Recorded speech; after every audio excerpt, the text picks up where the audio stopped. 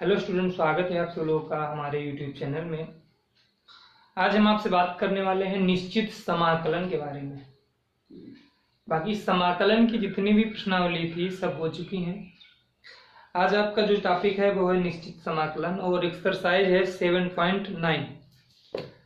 तो पहले इसका हम फार्मूला बताते हैं, निश्चित समाकलन किसे कहते हैं, उसको कैसे हल करते हैं, उसके बाद फिर सवाल बताते हैं। एक्सरसाइज जो आपकी दी गई है वो एक्सरसाइज है 7.9, ठीक है। 7.9 मान लिया कोई फंक्शन दिया गया है एफ एक्स और दिया है ए बी डी एक्स, ठीक। माना कोई फंक्शन दिया गया है एफ एक्स, मान लिया एफ डैश एक्स दिया है और ये बी है ये ए है। तो अगर ये जो होता है उसको हम कहते हैं उच्च सीमा, ये जो आपका ऊपर होता है उसको हम कहते हैं उच्च सीमा, ठीक है। और जो नीचे होता है उसको हम कहते हैं निम्न सीमा, निम्न सीमा। और ये जो होता है वो फंक्शन होता है, वो तो आप जानते हैं। तो एफ डैश एक्स लिखा, ये ए है ये बी है, तो इसकी जो उच्च सीमा अपर लिमिट जो दी गई है वो ए दी गई है और जो लोअर लिमिट दी गई है, जो लोअर लिमिट है वो दी गई है आपकी बी, ठीक। तो इसको कैसे हल करते हैं। अब मान लिया एफ डैश एक्स का हमने समाकलन किया और हमारा आ गया एफ एक्स, उसको एफ एक्स इस प्रकार लिखेंगे और फिर बड़े ब्रैकेट में B A, upper limit A lower limit B, मतलब कि उच्च सीमा ए निम्न सीमा बी, इस तरीके से लिखेंगे। मान लीजिए इस तरीके से आया एफ एक्स, तो यहां पर आपकी हो जाएगी उच्च सीमा, उच्च सीमा, और यहां पर आपकी हो जाएगी निम्न सीमा, ठीक। इसके बाद क्या करेंगे, अब आगे हम करेंगे एफ एक्स के स्थान पर पहले रखेंगे हम अपर लिमिट माइनस लोअर लिमिट, ये आपका जो आएगा वो आंसर आएगा। क्या करेंगे, दिया है F dash X A B, A upper limit है उच्च सीमा और बी लोअर लिमिट निम्न सीमा डीएक्स। तो एफ एक्स ए बी दिया गया है, डिफरेंशिएशन एफ डैश एक्स का दिया गया था डिफरेंशिएशन रूप, हमने उसका इंटीग्रेशन किया, समाकलन किया, तो एफ एक्स आ गया। तो वो आपका हो गया एफ एक्स, ये अपर सीमा लोअर सीमा, तो एफ ए अपर सीमा, यहां पर हम लिखेंगे पहले एफ उच्च सीमा, उच्च सीमा माइनस एफ एक्स के स्थान पर निम्न सीमा, निम्न सीमा, ये आपका आएगा पूरा। मान लिया कोई सवाल दिया गया है integration of X B X, और इधर 2 दिया है और ऊपर 3 दिया है, ठीक। तो x का जो समाकलन आएगा वो आएगा एक्स स्क्वायर बाई 2 और ये अपर सीमा 3 लोअर सीमा 2, ठीक। फिर क्या करेंगे हम, अपर सीमा रखेंगे मतलब 3 का स्क्वायर बाई 2 माइनस लोअर सीमा 2 का स्क्वायर बाई 2, 3 3 जा हो गया आपका 9 बाई 2, 2 2 जा हो गया 4 बाई 2, 9 से 4 निकल गया, बच गया आपका 5 बाई 2 प्लस का सी, लिखिए या ना लिखिए, ये आपका आंसर। फिर से एक बार समझ लीजिए, एक फंक्शन दिया F dash X D X, upper सीमा या उसको हम कहते हैं अपर सीमा, इसको कहते हैं लोअर सीमा, या फिर अपर लिमिट लोअर लिमिट, ठीक, उच्च सीमा निम्न सीमा। तो पहले हम करेंगे उसका इंटीग्रेशन, इंटीग्रेशन आपका है एफ एक्स, अपर सीमा ए दी गई है लोअर सीमा बी दी गई है, फिर अपर सीमा माइनस लोअर सीमा, ये आपका आंसर। तो उच्च सीमा निम्न सीमा, फिर करेंगे उच्च सीमा माइनस निम्न सीमा, ठीक। मान लिया कोई सवाल दिया था x D x, lower limit 2 upper limit 3 थी, तो हो गया एक्स का एक्स स्क्वायर बाई 2, 3 का स्क्वायर हो जाएगा बाई 2 माइनस 2 का स्क्वायर बाई 2, 3 3 जा 9 बाई 2, 2 2 जा 4 बाई 2, 9 से 4 निकल गया 5 बाई 2, ये आपका आ गया। अब सवाल की बात करते हैं, थोड़ा बड़े सवाल देखते हैं कैसे दिए क्या दिए हैं, ठीक है। तो बड़े सवालों में क्या होता है, ठीक इसी तरीके से रहते हैं। पहले इस फार्मूले को हम ऊपर लिख देते हैं, integration F dash X A B, ये आपका हो जाएगा एफ एक्स पहले अपर लिमिट लोअर लिमिट, फिर F A upper limit minus F B lower limit, ये फार्मूला है। मान लिया कोई सवाल दिया गया है, बड़ा सवाल कोई देखते हैं, ठीक है। शुरू करते हैं। पहला सवाल दिया है integration of sine 2x dx, ठीक, और सीमा दी गई है 0 से π/2। देखिए सवाल पढ़ेंगे कैसे, integration of sine 2x dx 0 से π/2, पहले लोअर लिमिट फिर अपर लिमिट, ठीक। तो क्या होता है, साइन 2x का जो समाकलन आता है वो आपका आता है माइनस का cos 2x/2, तो हमने कर दिया यहाँ 0 यहाँ से π/2, ठीक। जैसे कि अभी तक हम समाकलन करते हैं उसी प्रकार समाकलन करेंगे। तो इधर साइन 2x का माइनस cos 2x/2, इधर π/2, इधर 0 0 से π/2। अब माइनस बाहर ले लिया हमने, cos 2 पहले रखेंगे हम अपर लिमिट, मतलब कि 2 × π/2 अपर लिमिट /2 था, हमने लिख दिया। माइनस चिन्ह लगाते माइनस लगाएंगे, cos 2 × लोअर लिमिट 0/2, ठीक। अब ये 2 से 2 कैंसिल, माइनस cos π/2 माइनस का cos 0/2। cos पाई का मतलब cos 90 प्लस 90, तो माइनस का साइन 90, साइन 90 की वैल्यू होती है माइनस, साइन 90 की वैल्यू होती है 1। ये cos 180 दिया तो इसको हम लिख सकते हैं cos 90 प्लस 90, तो कहने का मतलब माइनस का साइन 90 आ जाएगा। तो आपका आ जाएगा यहाँ पर माइनस का 1/2, माइनस cos 0 की वैल्यू 1 होती है 1/2, तो ये आपका माइनस का 1/2 माइनस का 1/2 माइनस का 1 हो जाएगा, माइनस बाहर है ही है, माइनस 1 अंदर, माइनस माइनस प्लस 1 आपका आंसर आ गया, ठीक। देख लीजिए इस सवाल को फिर से एक बार, दिया है integration of sine 2x dx 0 से π/2, ठीक है। तो साइन 2x का जो समाकलन होता है वो माइनस का cos 2x/2 हो गया, 0 से π/2 तक कर दिया हमने। अब पहले upper limit minus lower limit, cos 2 × π/2, 2 से 2 कैंसिल, /2 हो गया, माइनस cos 2 × 0, तो 0/2 हो गया, cos π/2 मतलब माइनस का 1, cos π/2, cos पाई का मतलब cos 90 प्लस 90, कहने का माइनस का साइन 90, तो साइन 90 की वैल्यू होती है 1, तो माइनस की 1 हो जाएगी यहाँ पे, माइनस की 1/2। cos 0 की वैल्यू 1, तो माइनस लगा माइनस का 1/2, माइनस का 1/2 माइनस का 1/2 माइनस का 1 हो जाएगा, माइनस प्लस 1 आपका आंसर आ गया। इसी तरीके का और कोई सवाल देख लेते हैं आगे, जैसे दिया है इंटीग्रेशन ऑफ, दिया गया है,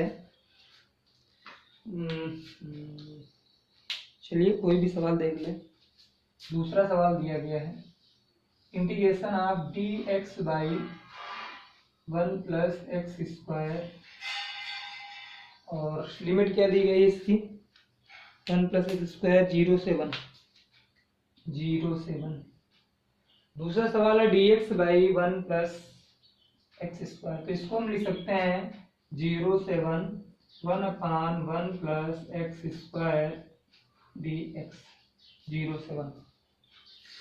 तो आप जानते हैं 1/1 + x² का जो इंटीग्रेशन होता है वो आपका आता है tan 1x, tan 1x 0 से 1, ठीक। अब ऊपर वाला वही फार्मूला लगाएंगे, अपर लिमिट कहने का मतलब tan 1 minus lower limit tan 0।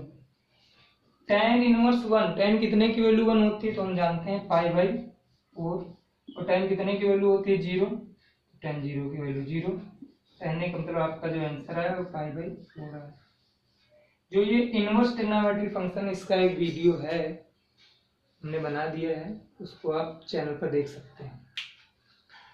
देख लेते हैं। दिया है dx by 1 plus X square 0 से 1, तो इसको हमने लिख दिया 1/1 प्लस स्क्वायर dx 0 से 1। 1/1 प्लस स्क्वायर का समाकलन होता है tan इनवर्स x, फिर upper limit tan inverse 1 minus lower limit tan inverse 0। tan inverse upper limit का मान π/4 हो गया, इसका 0, तो मतलब कि π/4 आपका जो आया वो आंसर है। अगला सवाल देख लेते हैं क्या दिया गया है। अगले सवाल में देखते हैं भाई। देखिए अब थोड़ा अलग सवाल देखते हैं, जो अभी तक आपने सवाल पढ़े हैं उनसे अलग, और सर्वसमीका। तो जो सर्वसमीका का जो निश्चित समाकलन की कुछ सर्वसमीकाएं हैं उनका यूज करके जो हम निश्चित समाकलन करते हैं उसका वीडियो हम आपको अलग से बना देंगे, क्योंकि वो बहुत इंपॉर्टेंट चीज है। तो फिलहाल के लिए आगे के सवाल देखते हैं। जैसे दिया गया है, पहले इरेज कर दें इसको।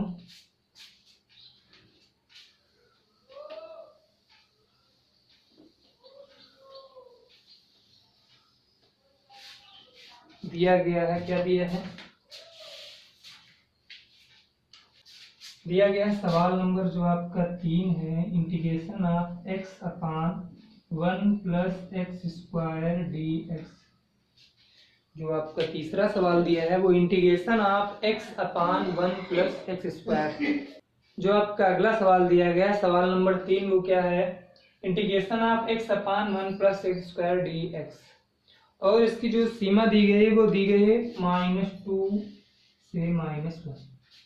ठीक, तो अभी तक ऐसे सवाल आपने हल किए हैं, तो इसमें क्या है, 1 plus X square is equal to हम t मान लेंगे, तो 1 का 0 plus 2x dx is equal to dt।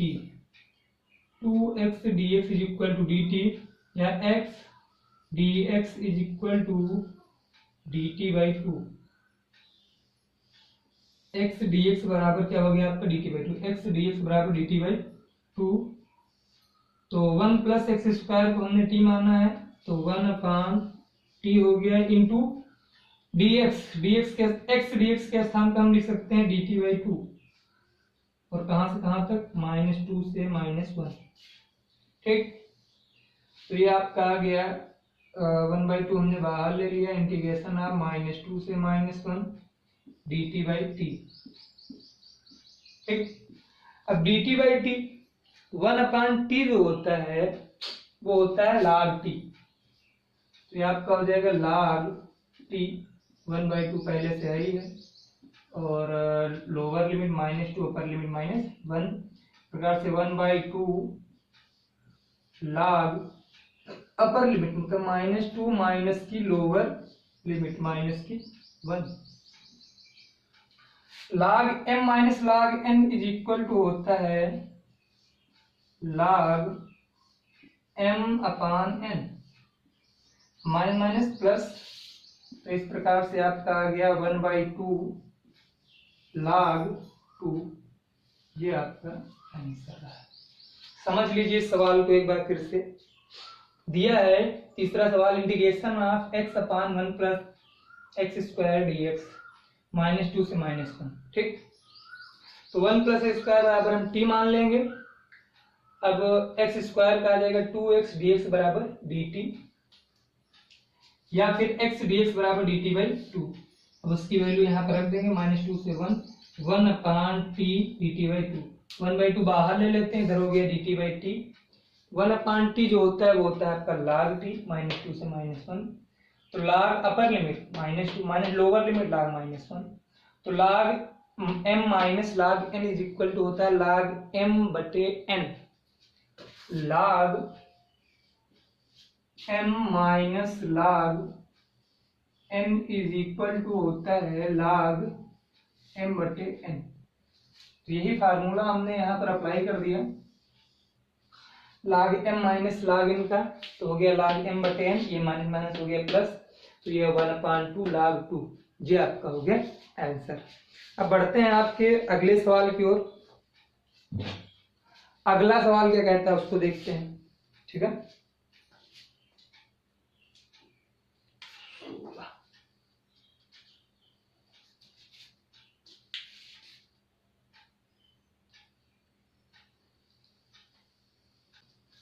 सवाल नंबर 4 है, वो इंटीग्रेशन ऑफ दिया है cos square X D x, कहाँ से कहाँ तक करना है हमको, 0 से π/2। cos square X D X 0 से π/2। तो अभी तक आप इसको सिंपल मेथड से हल करते आए हैं। अब चूंकि हमको निश्चित समाकलन करना है, तो निश्चित समाकलन करने के लिए हम इस सवाल में आपको सर्वसमीका का यूज करना बताएंगे। तो निश्चित समाकलन के कुछ जो नियम हैं, उसमें से जो सबसे पॉपुलर नियम है, जिसका सबसे ज्यादा उपयोग होता है, उसका सवाल है करना, हम आपको बताएंगे। तो ध्यान से समझिएगा इस सवाल को। तो यहाँ पर इसको हम कर लेंगे आई, मान लेंगे I is equal to cos square X D X 0 से π/2। cos square X D X 0 से π/2। अब एक सर्वसमीका आपकी होती है इंटीग्रेशन ऑफ एफ एक्स, अगर हमको करना हो b से a तक, ठीक है, b से a तक, तो ये आपका हो जाता है एफ ए माइनस एक्स लिख सकते हैं, ठीक है। अगर 0, सॉरी यहाँ पर 0 है, 0 से करें, अगर लोअर लिमिट 0 है, अपर लिमिट कुछ भी है, अगर लोअर लिमिट 0 है और अपर लिमिट कुछ भी है, तो अगर लिखा integration of F x D X 0 से a तक, तो इसको हम लिख सकते हैं F A minus x D x. पहली सर्वसमीका आपको याद कर लेना है, ठीक। अगर दिया हो लोअर लिमिट 0, अपर लिमिट कुछ भी है, एफ एक्स डी एक्स, तो निश्चित समाकलन में हम उसको लिख सकते हैं F A minus x D X 0 से a तक। ये बात याद रखिएगा, ठीक, 0 से a तक। अब उसी फार्मूले का यूज करते हैं, 0 दिया, अपर लिमिट कुछ भी दिए, तो इंटीग्रेशन ऑफ 0 से π/2, और ये आपका हो जाएगा cos square a minus x, a की वैल्यू है π/2 माइनस एक्स डी एक्स, ठीक। इसी सर्वसमीका का प्रयोग किया हमने यहाँ पर। तो आगे आपका हो जाएगा इंटीग्रेशन ऑफ 0 से π/2 cos 90 माइनस थीटा, तो cos 90 माइनस थीटा उठा साइन थीटा, तो कहने का मतलब sign square X D x, ये भी आपका आई के बराबर ही है। ये हो गया इक्वेशन 2, और जो हमने यहाँ पर माना ये इक्वेशन 1। अब यहाँ पर क्या करते हैं, जब सर्वसमीका का यूज करेंगे तब हमको ये करना पड़ेगा। समीकरण 1 व 2 को जोड़ने पर, सर्वसमीका लगाने के बाद हमने जोड़ दिया समीकरण 1 और 2 को, तो i और i हो गया 2i इज इक्वल टू 0 से π/2 cos square X D X plus 0 से π/2 sine square X D X, ठीक। तो इसको हम लिख सकते हैं 0 से π/2 साइन स्क्वायर एक्स प्लस का cos square X D x. अब सीधे ही आपकी सर्वसमीका होती है, तो सर्वसमीका होती है तो इसके स्थान पर हम लिख सकते हैं 1, तो 1 लिख सकते हैं, तो हमने 1 यहाँ पर लिख दिया। तो और ये गुणे में इधर जाएगा, भाग में, तो i is equal to 1/2 integration of 1 dx 0 से π/2। हमने बताया था 1, जो 1 का समाकलन करते हैं वो आपका आ जाएगा x आ जाएगा समाकलन, तो i इज इक्वल टू आपका आ गया 1/2 x 0 से π/2। अब अपर लिमिट माइनस लोअर लिमिट, तो आपका हो जाएगा 1/2 π/2 माइनस का 0, कहने का मतलब आपका आ गया i इज इक्वल टू π/4। ये आपका आंसर है। इस सवाल को फिर से समझ लेते हैं बहुत ध्यान से। दिया है 4 नंबर सवाल, सर्वसमीका का यूज, सबसे पहली सर्वसमीका का यूज इसमें हम कर रहे हैं, ध्यान से देखिएगा।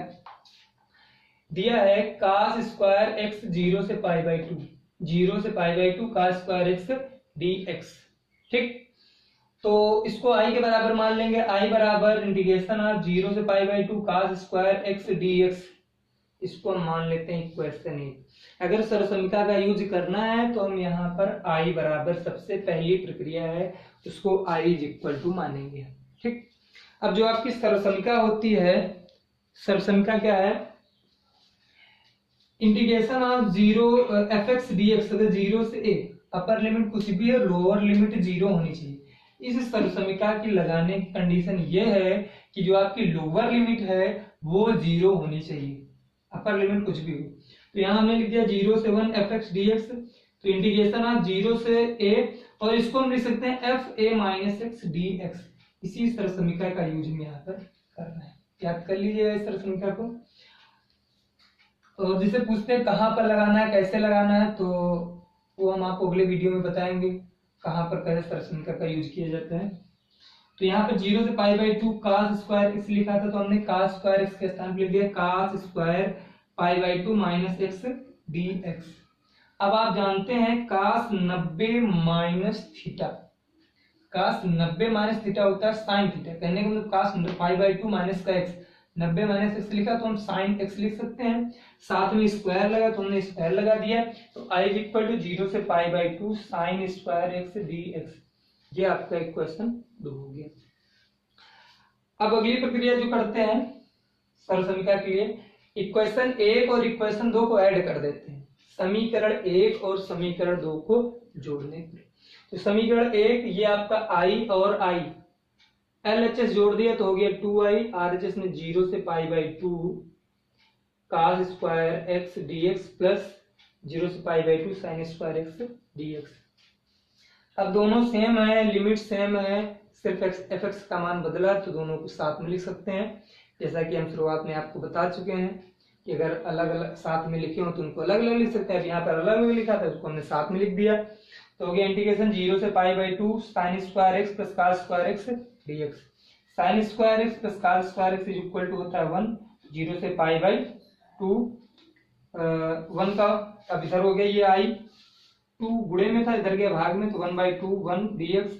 अब ये आई 1 बाई 2 और 1 का हो जाएगा x, कहाँ से कहाँ तक, 0 से पाई बाई 2 तक। अब ये 1 बाई 2 x के स्थान पर पाई बाई 2, लोअर लिमिट 0, तो 2 दूना 4, तो i इज इक्वल टू आपका आ गया पाई बाई 4। ठीक, तो ये आपका हो गया। एक सवाल और देख लेते हैं इसी से रिलेटेड, फिर आगे बढ़ते हैं। ठीक है, 25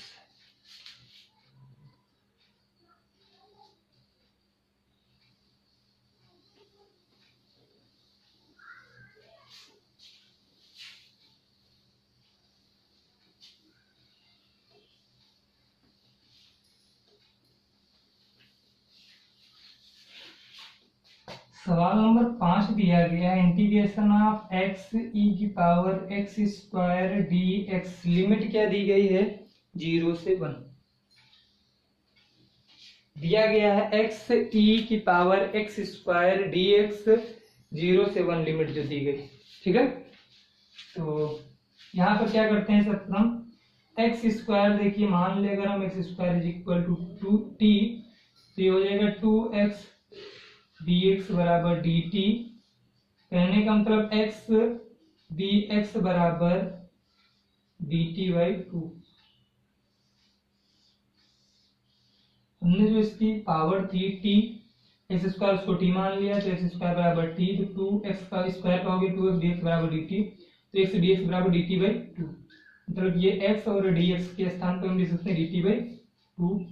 तो 0 से 1 और e की पावर t dt बाई 2, तो ये आपका हो जाएगा 1 बाई 2 e की पावर t 0 से 1 dt।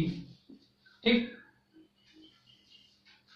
तो ये हो गया 1 बाई 2 e की पावर x का समाकलन आप जानते हैं, e की पावर x का होता है e की पावर x। कहने का मतलब e की पावर t का e की पावर t 0 से 1। ठीक, तो ये हो गया 1 by 2 upper limit e, sorry पहले x स्क्वायर था तो स्क्वायर रखते हैं, तो x स्क्वायर हमने लिख दिया 0 से 1, कहने का मतलब 1/2 E1 स्क्वायर माइनस e की पावर 0 का स्क्वायर।